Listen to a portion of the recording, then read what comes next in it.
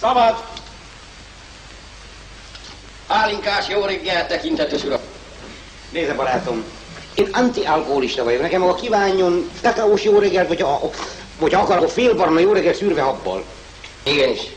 Ide olvasom, én szeretném magától megbízható felvilágosítást kapni. Ez a 10 pengő a magáé, hogyha őszintén felel.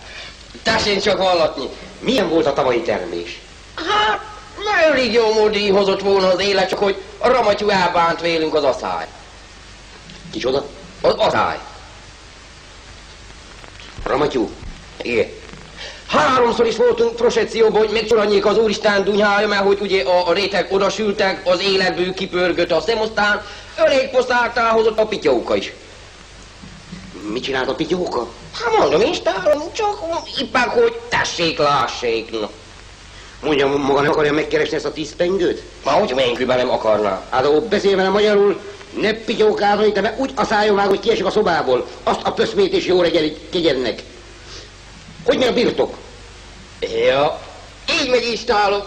Nem, így megy installom Haránt, a Bácsi Majortól a Menyecskés dombik után, Hegyfaroknál sederedik, a Baskol szélén a zsombikon át. Sederedik? Sederedik. Mondja, mit csináltam én most magával? Petársz egy szappanyozni. Úgy, hogy tud maga magyarul, ez felelet, ez igen. De én nem adok magának 10 pengőt. Sederedjen ki, mégpedig Haránt,